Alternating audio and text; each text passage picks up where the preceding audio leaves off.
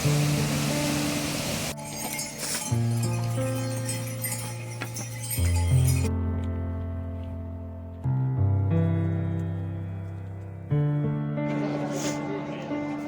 Friends, स्वागत है आप सभी का एक बार फिर से मेरे चैनल पे। तो आज मैं आप लोगों के लिए लेके आया हूँ केदारनाथ का complete detailed video, Mumbai to Kedarnath जो जर्नी मैंने की है। और इस वीडियो में मैं आपको कंप्लीट डिटेल देने वाला हूँ कि आप किस तरीके से ट्रेन से ये जर्नी कम से कम बजट में कर सकते हैं। मैंने जो ये जर्नी किया, ये मेरा ट्रेन से मैंने ट्रैवल किया था और उसके बाद फिर मैं हरिद्वार गया। हरिद्वार से मैंने वहाँ पे एक रात स्टे किया, गंगा आरती वगैरह और हरिद्वार को एंजॉय किया बहुत ही अच्छी तरीके से वहाँ पे। और उसके नेक्स्ट डे फिर मैं सोनप्रयाग के लिए ट्रैवल किया और उसके बाद की जर्नी, ये सारी डिटेल्स मैं आपको इस वीडियो में देने वाला हूँ। और इस पूरे जर्नी का, इस पूरे ट्रिप का मेरा जो कॉस्ट था, खा पी के ट्रैवल करके स्टे करके, वो अंडर 7,000 रुपीज़ मैंने किया।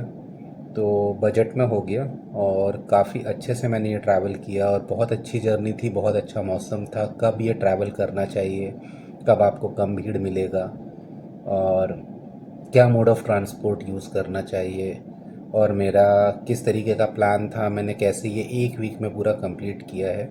मैंने संडे को निकला था मुंबई से और वापस मैं संडे के ही दिन मुंबई वापस आ गया था।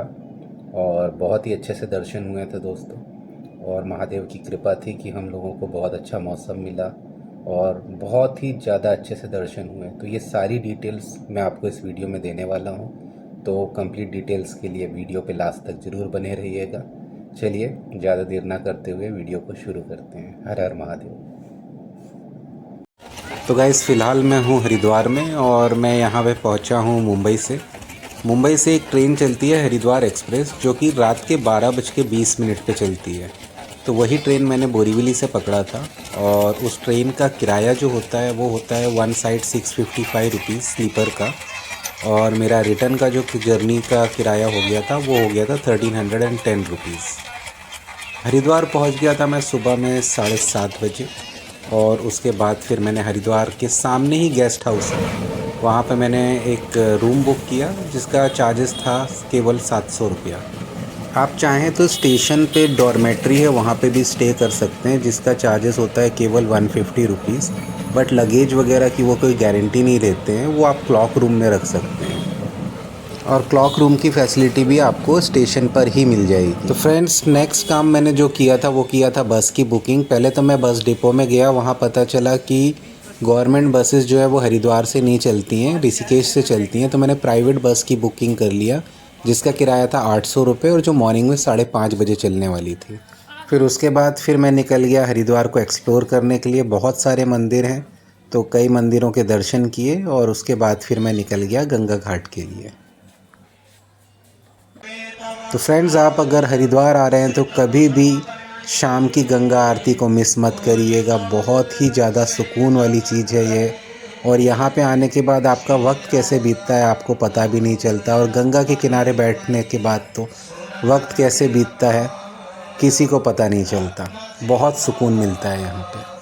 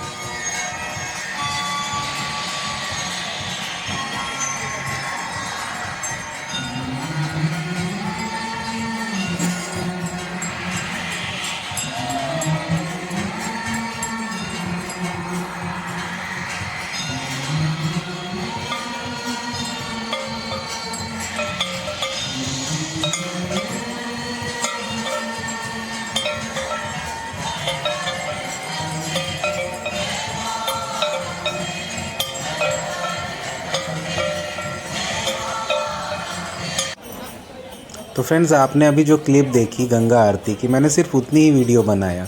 पता नहीं जैसे आरती कम्प्लीटली शुरू हुई मैंने वीडियो बंद कर दिया और मैं उसमें इतना लीन हो गया कि मुझे वीडियो बनाने का याद ही नहीं रहा। तो फ्रेंड्स, अगले दिन मैंने बस पकड़ ली सुबह 5:30 बजे, जो कि 6 बजे चली हरिद्वार स्टेशन से। और एक बात आपको बता देना चाहता हूँ, यदि आप चाहें तो आप डायरेक्टली ये बस पकड़ सकते हैं और इसका किराया 550 रुपये होता है। लेकिन मैंने एजेंट से बुकिंग की थी और यही रीज़न था कि मुझे ये टिकट 800 रुपये की पड़ी। लेकिन मुझे मेरी प्रेफर्ड सीट मिली और मैं एकदम आगे बैठा हूँ। और यदि आपने सीट पहले से बुक नहीं की है तो फिर जो अवेलेबल सीट होगी वो आपको मिलेगी। लेकिन आप अगर चाहें तो और कम बजट में फिर इसको कंप्लीट कर सकते हैं। तो हाँ, वन साइड का जो भाड़ा है वो 550 रुपये है। लेकिन यदि आप एजेंट से बुक करते हैं तो फिर 800-900 रुपये कुछ भी आपको देना पड़ सकता है, लेकिन आपको आपकी प्रीफर्ड सीट मिलेगी। फ्रेंड्स, यहाँ के जो नज़ारे हैं ना, वो बयान करना बहुत डिफ़िकल्ट है। बहुत ही सुंदर जर्नी है और इस पूरी जर्नी में मैं 6-8 घंटे की जर्नी है और मैं ज़रा भी नहीं सोया हूँ। तो गाइज़, मैं आ गया हूँ सीतापुर में, जो कि सोनप्रयाग से आधा किलोमीटर पहले पड़ता है। और यहाँ पे मैंने अपने नाइट स्टे के लिए एक रूम बुक कर लिया है जिसका चार्जेस 1000 रुपीज़ है। और आज मैं यहीं पे रात में रुकूँगा।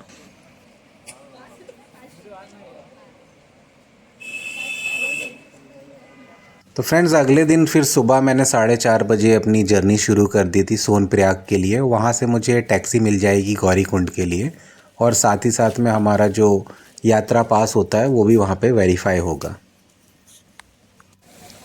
तो गाइज़, यहाँ पे लाइन लगी हुई है और ये लाइन जो है 5 बजे हमारी यात्रा शुरू होती है यहाँ से। तब तक हमें लाइन पे ही लगना है और यहाँ पे ही हमारा यात्रा का जो पास है वो वेरीफाई होगा। और साथ ही साथ आपको जो भी ज़रूरी चीज़ें हैं आप यहाँ से ख़रीद सकते हैं। और यहाँ पे जैसे कान की टोपी है क्योंकि ठंड बहुत है, और फिर मफलर वगैरह है, हैंड ग्लव्स है, ये सारी चीज़ें अवेलेबल होती हैं। तो यदि आपको रिक्वायरमेंट है तो आप यहाँ से ले सकते हैं। और साथ ही साथ आपका एक्स्ट्रा लगेज जो है वो आप क्लॉक रूम में भी रख सकते हैं। और उसके बाद फिर जैसे ही यात्रा शुरू हुई गाइस, हमें गौरीकुंड के लिए जीप मिल गई। इसका किराया होता है 50 रुपीज़ पर पर्सन। तो लकीली हमको आगे की सीट मिली, तो ये बहुत ही अच्छा वीडियो बन गया। तो अभी जा रहे हैं गौरीकुंड, यहाँ से केवल 5 किलोमीटर दूर है। और उसके बाद फिर हमारा पैदल ट्रैक जो है वो शुरू हो जाएगा। तो गाइज़, आपकी एक्चुअल यात्रा जो है वो गौरीकुंड से शुरू होती है और यहाँ से आपको पैदल ट्रैक करना होता है। लेकिन यदि आप नहीं हैं, उसके लिए समर्थ नहीं हैं और यदि नहीं करना चाहते हैं तो यहाँ पे अदर मोड्स भी अवेलेबल है। जैसे कि आप घोड़े से जा सकते हैं, या फिर आप पालकी कर सकते हैं, या फिर आप पिट्ठू कर सकते हैं। उसके सबके अलग अलग चार्जेस होते हैं और आपको वो अकॉर्डिंगली चार्जेस पे करने हैं और आप वो फैसिलिटी का यूज़ कर सकते हैं यहाँ पे। लेकिन गाइज़, मैं पर्सनली ये बिलीव करता हूँ कि यदि आप एबल हैं तो आपको अपनी यात्रा अपने पैरों पे ही करनी चाहिए, तभी जाके आपकी यात्रा सफल होगी। किसी दूसरे जानवर को तकलीफ़ दे के हम अगर जाएंगे तो हमारी यात्रा किस तरीके से सफल होगी। हाँ, ये अलग बात है कि यहाँ के लोगों के लिए वो एक आमदनी का साधन है। तो यदि आपको करना चाहते हैं तो आप उससे कर सकते हैं, अदरवाइज़ आप पैदल ही यात्रा करें तो ज़्यादा अच्छा होगा। और फ्रेंड्स, एक बहुत ही ज़्यादा इम्पॉर्टेंट बात, यदि आप आ रहे हैं केदारनाथ यात्रा पे तो प्लीज़ घोड़ों से, खच्चर से और पालकी वालों से बचकर चलिएगा। ये बिल्कुल भी ध्यान नहीं देते हैं कि आप किस तरफ से आ रहे हैं या किस तरफ जा रहे हैं। आपको ही अपना ध्यान रखना पड़ेगा और साइड देना पड़ेगा, अदरवाइज़ ये आपको गिरा के चले जाएंगे, जैसे अभी इन बंदों भाई साहब को गिरा देते, देखा आपने। तो प्लीज़ इस चीज़ का ध्यान रखिए। तो गाइज़, आराम आराम से आप ये जर्नी करिए। मैं आपको ये एडवाइस देना चाहूँगा, क्योंकि जैसे जैसे आप हाई एल्टीट्यूड पे जाते हैं सांस लेने में तकलीफ़ होने लगती है। रेस्ट लेके जाइए, बीच बीच में पानी पीजिए, कपूर अपने साथ रखिए, उसको सूंघने से थोड़ा अच्छा फील होता है। और अपनी जर्नी को कंटिन्यू कीजिए और 10 से 12 घंटे लग जाएंगे आपको जर्नी करने में। तो गाइज़, 11 घंटे के बाद हम पहुँच गए थे महादेव के धाम में। तो गाइज़, अभी मैंने टेंट ले लिया है और हद से ज़्यादा ठंडी है यहाँ पे। टेम्परेचर का तो मुझको पता नहीं, लेकिन आप लोग देख सकते हो, हैंड ग्लव्स, मफलर, टोपी, जैकेट, जैकेट के अंदर एक हुडी, हुडी के अंदर टी शर्ट, और पैर में मोजे, जीन्स, उसके बाद भी सारी चीज़ें बहुत ज़्यादा ठंडी हो रही हैं। तो ये टेंट मैंने लिया है, यहाँ पे अभी मैं अकेले स्टे करने वाला हूँ। और इसका रेंट जो है वो 500 रुपीज़ पड़ा है, क्योंकि उतनी ज़्यादा भीड़ नहीं है तो मेरे को कुछ बार्गेन भी नहीं करना पड़ा। और मंदिर से करीब 1.5 किलोमीटर दूर है ये। और मैंने इसलिए दूर ले लिया ये टेंट क्योंकि मेरा इतना बड़ा बैग है, इस बैग में बहुत वेट है, क्योंकि ठंडी के सारे कपड़े लाना था, वो सब लेके आया हूँ। और एक एक्स्ट्रा शॉल भी लेके आया था, पता नहीं अब सुबह में क्या हाल रहता है। तो सुबह के लिए वो भी लेके आया हूँ, तो अगर ज़रूरत पड़ी तो। और थोड़ा बहुत खाने पीने का सामान, क्योंकि दिन भर के ट्रैक में तो मैंने आज फ्रूट्स वगैरह और थोड़ा बिस्किट वगैरह यही सब खाया, क्योंकि हाँ, और गरम गरम मैगी भी खाई थी, क्योंकि पहाड़ों वाली मैगी की बात ही अलग होती है। तो ये सब खाया, और उससे ज़्यादा खाना नहीं खाया, क्योंकि हैवी खाना खा लो तो फिर मेरे से ट्रैक नहीं होता है, इसलिए मैंने लाइट ही खाना खाया। पानी की यहाँ पे बहुत अच्छी सुविधा, आपको ख़रीदने की ज़रूरत ही नहीं पड़ेगी। पानी जो है वो आपको जगह जगह पे मिल जाता है, नेचुरल वाटर है जो कि वाटरफॉल का है, और उसको बहुत अच्छे तरीके से पाइप लगा के उन्होंने नल की तरह कन्वर्ट किया है, तो वहाँ से आप पानी ले सकते हो, ख़रीदने की ज़रूरत नहीं है। तो बहुत ज़्यादा आपको पानी लाने की ज़रूरत नहीं है। और जैसे कि आपको मैंने ऑलरेडी बताया कि मैंने ये ट्रैक अक्टूबर में किया है, तो उतना रश नहीं है अब यहाँ पे, तो ईज़िली टेंट वगैरह अवेलेबल है। और सबसे बड़ी बात, अभी मैं आपको कल सुबह में जो दर्शन के लिए जाऊंगा वो व्यू दिखाऊंगा। आज से ही यहाँ पे पहाड़ों पे बर्फ़ पड़ी है और बहुत ही सुंदर व्यू है, आपको आगे वीडियो में वो दिखाता हूँ। और यहाँ के जो लोकल हैं उनका मानना है कि हो सकता है कि कल ये बर्फ़ मंदिर के पीछे तक आ जाए, तो आई होप सो, अगर आ जाए तो एक बहुत ही अच्छा दर्शन होंगे। महादेव ने अपनी कृपा बरसाई है, इतनी मेहनत करके चल के आए हैं, और आज एक बहुत ही ज़्यादा सुंदर और अच्छा व्यू देखने के लिए मिला है। और उम्मीद कर रहा हूँ कि कल अच्छे से महादेव के दर्शन भी हो जाएंगे। तो फ़िलहाल तो थोड़ा ठंड के कारण कहीं भी बाहर जाने का मन नहीं हो रहा है। एक बार टेंट के अंदर आ गया, उसके बाद कहीं और जाने का मन नहीं हो रहा है। तो अभी यहाँ पे ही खाना खा लूँगा। तो यहाँ पे खाने का जो चार्जेस है वो 200 रुपीज़ है, और जैसे जैसे आप ऊपर आते हो वैसे वैसे चीज़ें महंगी होती जाती हैं। और मैगी यहाँ पे मैंने खाया वो 70 रुपीज़ है, नीचे जो खाया था वो 60 रुपीज़ था। तो इस तरीके से प्राइजेस बढ़ते जाते हैं। तो मेरे को नाइट में एक टाइम खाना खाना है, तो उनको ऑर्डर दे दिया है, 200 रुपीज़ की थाली है, वही खाऊंगा। तो ठीक है गाइस, अभी खाना वाना खा के मैं आराम करूंगा। अब आप लोगों से मुलाकात होगी कल सुबह, जब मैं जाऊंगा महादेव के दर्शन के लिए। चलिए, गुड नाइट, हर हर महादेव। तो फ्रेंड्स, रात में जो टेम्परेचर था वो -6 डिग्री तक पहुंच गया था, लेकिन टेंट में उतना ज़्यादा कुछ ठंड लगा नहीं, क्योंकि रज़ाई, गद्दा, कंबल सब कुछ प्रॉपरली उन्होंने दिया हुआ था। तो रात तो कट गई, लेकिन रात में मुझे थोड़ा फ़ीवर आ गया था, तो इसलिए मैंने पहले ही टैबलेट ले ली ताकि वो और ज़्यादा ना हो। और अब मैं हूँ मंदिर के रास्ते पे, आप लोग देख सकते हैं प्रसाद वगैरह सब चीज़ की दुकानें यहाँ पे अवेलेबल है। और जैसा बताया जाता है कि बहुत महंगा, वैसा कुछ भी नहीं है। मतलब अब आप इतनी ऊपर तक लेके आएंगे तो ऑब्वियसली आप एक्सपेक्ट कर सकते हो कि चार्जेस वगैरह तो थोड़ा ज़्यादा होंगे। और सामने आप बर्फ़ की चादर देख ही सकते हैं, पहाड़ों पर पूरी बीत चुकी है और अभी भी वहाँ पे बर्फ़बारी चालू है। तो ठंड तो बहुत ज़्यादा थी गाइस, और बहुत अच्छे से दर्शन हुए, बहुत अच्छा मौसम मिला, महादेव की कृपा थी। आप लोग देख ही सकते हैं, खुला आसमान था और बारिश भी हुई, लेकिन उतनी ज़्यादा नहीं हुई। ठंड थी, गर्मी थी, मतलब बर्फ़बारी थी, सब कुछ मिल गया हमें महादेव की कृपा से वहाँ पे। तो फ्रेंड्स, एक और बात आपको बता देना चाहूँगा कि मैं जब वहाँ मंदिर की लाइन में लगने से पहले मैंने मेरे शूज़, सॉक्स सब कुछ निकाल दिए थे, जहाँ से मैंने प्रसाद लिया वहाँ पे। लेकिन आप ऐसी गलती ना करें क्योंकि बर्फ़ के कारण बहुत ज़्यादा ठंड थी और जो नीचे की फ्लोरिंग थी वो बहुत ज़्यादा ठंडी थी। तो और लाइन में आपको काफ़ी लंबे समय तक लगा रहना पड़ता है। मुझे लाइन में लगने करीब करीब 2 से ढाई घंटे लग गए थे। तो बहुत ज़्यादा ठंडे हो जाते हैं पैर। ऐसे टाइम पे आप क्या कर सकते हैं, आप लाइन में लग सकते हैं और जब आप मंदिर के नज़दीक होते हैं तब एटलीस्ट आप शूज़ नहीं बट सॉक्स जो है अपने, वो सॉक्स आप वहाँ पे निकाल सकते हैं पहुँच के। तो ये गलती मत करिएगा और सॉक्स ज़रूर पहने रहिएगा क्योंकि बहुत ज़्यादा ठंड हो जाती है।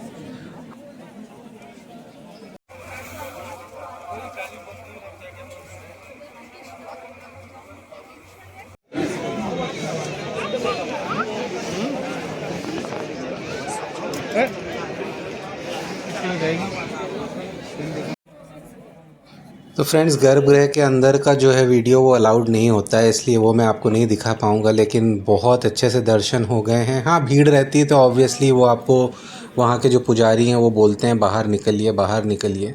लेकिन इतनी दूर से लोग श्रद्धालु जो आते हैं वो इतनी मेहनत करके आते हैं तो उनका मन भी नहीं होता है, लेकिन ऑब्वियसली हमें बाहर निकलना पड़ता है ताकि बाकी लोगों को दर्शन हो सके। तो बहुत सुकून से बहुत अच्छे से दर्शन हुए। और अब ये भीमशिला भी है जिसके बारे में आप सभी जानते हैं। और अब देखिए धूप भी निकल आई है और सब कुछ हम लोगों को वहाँ पे देखने के लिए मिल गया। चारों मौसम हमने देख लिए, ठंडी, गर्मी, बरसात, बर्फ़बारी, और क्या चाहिए आपको इससे ज़्यादा। तो फ्रेंड्स, एक बार आप यदि केदारनाथ पहुंच जाते हैं तो वहां से लौटने का मन बिल्कुल भी नहीं होता है। लेकिन वहां हम यात्रा के लिए जाते हैं, महादेव के दर्शन करते हैं, वहां बस नहीं सकते, लेकिन हाँ सुकून से कुछ देर वहां बैठते हैं तो बहुत अच्छा लगता है। तो गाइज़, अभी आप वीडियो पे बने रहिएगा। अभी लास्ट में मैं आपको सारे डिटेल्स देने वाला हूँ मेरे ट्रिप का, और क्या खर्चा हुआ है, क्या आपको वहाँ करना चाहिए, क्या नहीं करना चाहिए, और किस तरीके से आपकी यात्रा आप कम से कम बजट में कर सकते हैं। ये सारी डिटेल्स मैं आपको वीडियो में आगे दूंगा, तो प्लीज़ वीडियो पे बने रहिएगा।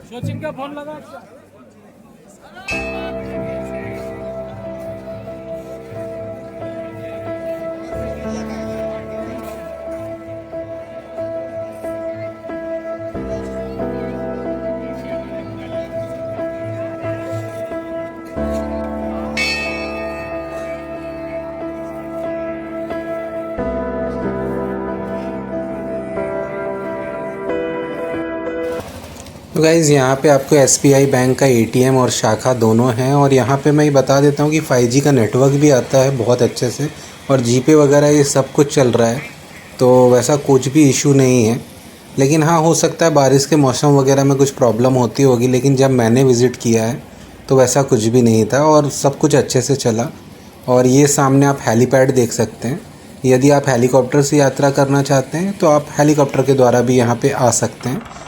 तो यदि आप हेलीकॉप्टर से यात्रा करना चाहते हैं तो आप 3 जगह से हेलीकॉप्टर से यात्रा कर सकते हैं, गुप्तकाशी से, फाटा से और सिरसी से। यदि आप गुप्तकाशी से आते हैं तो उसका चार्जेस करीब करीब 8,200 रुपये होता है, और फाटा से यही 5,800, और सिरसी से भी अप्रॉक्सीमेटली 5,800 रुपये का चार्जेस आपको लगता है।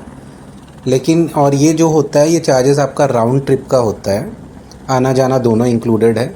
लेकिन कभी भी आप इसकी बुकिंग करें या ऑफ़लाइन करें, तो बुकिंग करने के टाइम पे ध्यान रखिएगा कि आप जो ऑफिशियल रजिस्टर्ड वेबसाइट है वहाँ से ही बुकिंग करें, क्योंकि इसके लिए बुकिंग में भी बहुत से फ्रॉड्स होते हैं। या तो आप ऑफ़लाइन जाके भी कर सकते हैं, और ऑनलाइन कर रहे हैं तो इस बात का ध्यान ज़रूर रखिएगा। फ्रेंड्स, आपको मैं कंप्लीट डिटेल दे देता हूँ कि मेरे यहाँ पे जो खर्चा हुआ था इस कंप्लीट ट्रिप का, वो मेरा टोटल ट्रिप का खर्चा, मतलब मेरा ट्रेन का ट्रैवल लेके स्टेइंग का, उसके बाद बस का ट्रैवल, खाना पीना, ये सब मिला के ये ट्रिप मेरा कंप्लीट हुआ 6,630 रुपये में। ये मेरा 1 वीक का ट्रिप था। तो इसका कंप्लीट डिटेल जो है, मतलब क्या क्या कितना कितना खर्चा हुआ, वो मैं डिस्क्रिप्शन में डाल दूँगा, अदरवाइज़ वीडियो बहुत लंबा हो जाएगा। और कुछ डूज़ एंड डोंट्स हैं जो मैं आपको बताना चाहूँगा, जो आपके साथ शेयर करना चाहूँगा। तो सबसे पहली बात तो कि आप जब हरिद्वार पहुँचते हैं तो आपके पास ऑप्शन होता है, या तो फिर आप होटल बुक कर सकते हैं, या फिर आप डॉर्मेट्री अवेलेबल होती है स्टेशन स्टेशन पे ही है, तो वहाँ पे आप स्टे कर सकते हैं। उसका चार्जेस 150 रुपीज़ होता है। और लेकिन वहाँ पे आप अपने जो भी सामान वगैरह वो रख तो सकते हैं, लेकिन उसकी कोई सेफ्टी वगैरह के ये लोग रिस्पॉन्सिबिलिटी नहीं लेते हैं। तो आप बेटर है उसको क्लॉक रूम में रख दीजिए, जो कि स्टेशन पे ही होता है। उसका एक पर बैग 30 रुपीज़ चार्जेस होता है, तो वो आप पे कर सकते हैं। या फिर आप होटल के सॉरी स्टेशन के ठीक बाहर चले जाइए। हरिद्वार स्टेशन के ठीक बाहर आपको बहुत से गेस्ट हाउस मिल जाएंगे, जो कि बहुत ही रीज़नेबल रेट्स पे आपको रूम दे देते हैं। नाइट स्टे ही करना है आपको। तो क्योंकि जब मैं रिटर्न आया था हरिद्वार से, तो मैंने वहाँ पे एक ऑप्शनल चेक करने के लिए दूसरे होटल्स में भी गया, लेकिन होटल्स उतने अच्छे भी नहीं थे और उनके चार्जेस बहुत ज़्यादा थे। और 2 लोगों के लिए आपका जो स्टे का चार्जेस वगैरह होता है, वो सारी चीज़ें 2 लोगों के हिसाब से यदि आप लेते हैं तो 700-800 रुपये में आपको अच्छा रूम मिल जाता है। और अगर आप 2 लोग हैं तो पर पर्सन आपको 400 रुपये 350 रुपये ऐसा ही पड़ेगा। तो आप वो कर सकते हैं। दूसरी बात है, होटल के लिए बार्गेन और टेंट के लिए बार्गेन ज़रूर करें, और क्योंकि वो थोड़ा बहुत नीचे ज़रूर करते हैं जो भी चार्जेस वो बता रहे हैं। दूसरी चीज़ें हैं कि यदि आप ठंडी जगह जा रहे हैं केदारनाथ, तो वहाँ पे आपको जैकेट्स, वुलन क्लोथ्स, कैप और फिर जो आपका स्कार्फ, ये सब चीज़ें होना बहुत ज़रूरी है, क्योंकि वहाँ पे वेदर जो है वो बहुत ही अनप्रिडिक्टेबल है। कभी भी बारिश होती है, कभी भी वहाँ ठंड लगने लगती है, थोड़े में गर्मी लगने लगती है। तो आप सारी चीज़ें साथ में लेके जाइए। और इसके लिए बेटर है, आप अगर इतना वज़न लेके ट्रैवल नहीं करना चाहते तो आप हरिद्वार से ख़रीदारी कर सकते हैं। यदि आप मुंबई से आ रहे हैं तो आपकी ट्रेन सुबह 7:30-8 बजे तक आ जाएगी। आप होटल में जाइए, स्टे करिए। उसके बाद फिर आप अपनी बस की टिकट की बुकिंग वगैरह कर सकते हैं। उसके बाद फिर आप हरिद्वार मार्केट में जाके, वहाँ पे हरिद्वार का मार्केट मेरे को बहुत अच्छा लगा गाइस। वहाँ बहुत सस्ते में आपको वुलन क्लोथ्स वगैरह, ये सॉल वगैरह, ये सब चीज़ें मिल जाएंगी। आप वहाँ से ख़रीद सकते हैं। शाम को गंगा आरती वगैरह देख के आप अपना दिन क्लोज़ कर सकते हैं। तो उसके बाद फिर आप यदि जब पहुंच जाते हैं ट्रैक के लिए, तो वहाँ पे आपको ध्यान रखना कि आपको ज़्यादा स्पीड में नहीं चलना है, स्लोली चलिए, बहुत तेज़ मत चलिए, और रेस्ट ले लेके चलिए। साथ में बहुत पानी पीते रहिए, क्योंकि पानी पीने की आपको इच्छा तो नहीं होगी, लेकिन हाँ पानी पीना बहुत ज़रूरी है। तो आप बीच बीच में पानी भी पीते रहिए। उसके बाद पानी से याद आया कि आपको पानी का बॉटल ख़रीदने की वहाँ पे बिल्कुल भी ज़रूरत नहीं है। झरने का पानी है, जो कि टैप की तरह यूज़ किया है, और वो कंटिन्यू बहता रहता है, थोड़ी थोड़ी दूरी पे आपको मिल जाता है। तो एक खाली बॉटल लेके आइए आप अपने साथ, और उसको हमेशा जैसे ही आपको चाहिए वो खाली होती है तो आप उसको रिफ़िल कर सकते हैं। आपकी मेडिसिन्स वगैरह जो भी हैं उनको लेकर ट्रैवल कीजिए, क्योंकि मौसम अनप्रिडिक्टेबल है, कभी भी कुछ भी होता है। तो जो भी आपकी मेडिसिन हो, पेन किलर हो, स्प्रे वगैरह हो, ये सब लेके आइए, ये बहुत ज़रूरी है। बस की टिकट की जो बुकिंग आप करते हैं, तो यदि आपको आपका कंफर्टेबल सीट चाहिए तो ही आप किसी एजेंट के पास से वो टिकट की बुकिंग कीजिए। अदरवाइज़ आप अर्ली मॉर्निंग जाके हरिद्वार के ठीक स्टेशन के बाहर एक राही होटल है, वहाँ से आपको बस मिल जाएगी। और यदि आपको गवर्नमेंट की बस चाहिए तो उसके लिए आपको ऋषिकेश जाना होगा, वहाँ से आपको गवर्नमेंट बसेस मिलती हैं। तो जो भी सीट्स अवेलेबल होगी वो आपको मिल जाएगी। तो उसका चार्जेस 550 रुपये होता है, और यदि आप एजेंट से बुक करते हो तो 800-900 रुपये पर सीट वो आपसे चार्ज कर लेंगे। और रिटर्न के टाइम पे एक मेरे से गलती हो गई थी कि रिटर्न के टाइम पे भी देखिए, मैं तो मेरा पूरा सामान लेके गया था, मुझे आके सिर्फ होटल में स्टे करना था, मैं बस सीधा हरिद्वार ही वापस आ गया। तो मैं आप लोगों को बताना चाहूँगा कि आप चाहें तो आप ऋषिकेश में रुक सकते हैं। ऋषिकेश में आप वहाँ लक्ष्मण झूला वगैरह या जो भी चीज़ें उसको एक्सप्लोर कर सकते हैं। रात के टाइम पे आप वहाँ की गंगा आरती देख सकते हैं। और अर्ली मॉर्निंग, मतलब रात में आप स्टे कर लीजिए, और फिर अर्ली मॉर्निंग जो है आप उठ के फिर, क्योंकि आपका हरिद्वार ज़्यादा दूर है नहीं, 1 घंटे में आप हरिद्वार आ जाएंगे। वहाँ से आप हरिद्वार आ जाइए, और आपका जो ट्रेन है मुंबई का वो 1:30 बजे का होता है, जो हरिद्वार एक्सप्रेस। तो काफ़ी टाइम होता है। तो ये सारी चीज़ें हैं, आप अच्छे से ऋषिकेश भी घूम सकते हैं। और ये जो सारी चीज़ें मैंने आपको बताया, इसका ध्यान रखिए और ट्रैवल को इन्जॉय कीजिए। और आपका हरिद्वार का जो ट्रिप है, यदि आप प्लान करते हैं, केदारनाथ का ट्रिप प्लान करते हैं, तो I wish you all the best. और अगर आपको वीडियो पसंद आया हो और इन्फॉर्मेशन अच्छी लगी हो तो वीडियो को प्लीज़ लाइक, शेयर और सब्सक्राइब ज़रूर करिए चैनल को, और ताकि इससे मेरे को भी मोटिवेशन मिले और मैं इससे भी अच्छे अच्छे वीडियोस बना के आप लोगों के तक लाने का ट्राई करता रहूँ। तो चलिए, वीडियो को और लंबा ना करते हुए वीडियो को यहाँ पे ख़त्म करते हैं। आप लोगों से मुलाकात होगी किसी नए वीडियो में, नई जगह पे, नए एडवेंचर में। तब तक के लिए अपना ध्यान रखिए। बाय, टेक केयर, जय महाराष्ट्र, जय भारत, जय हिंद।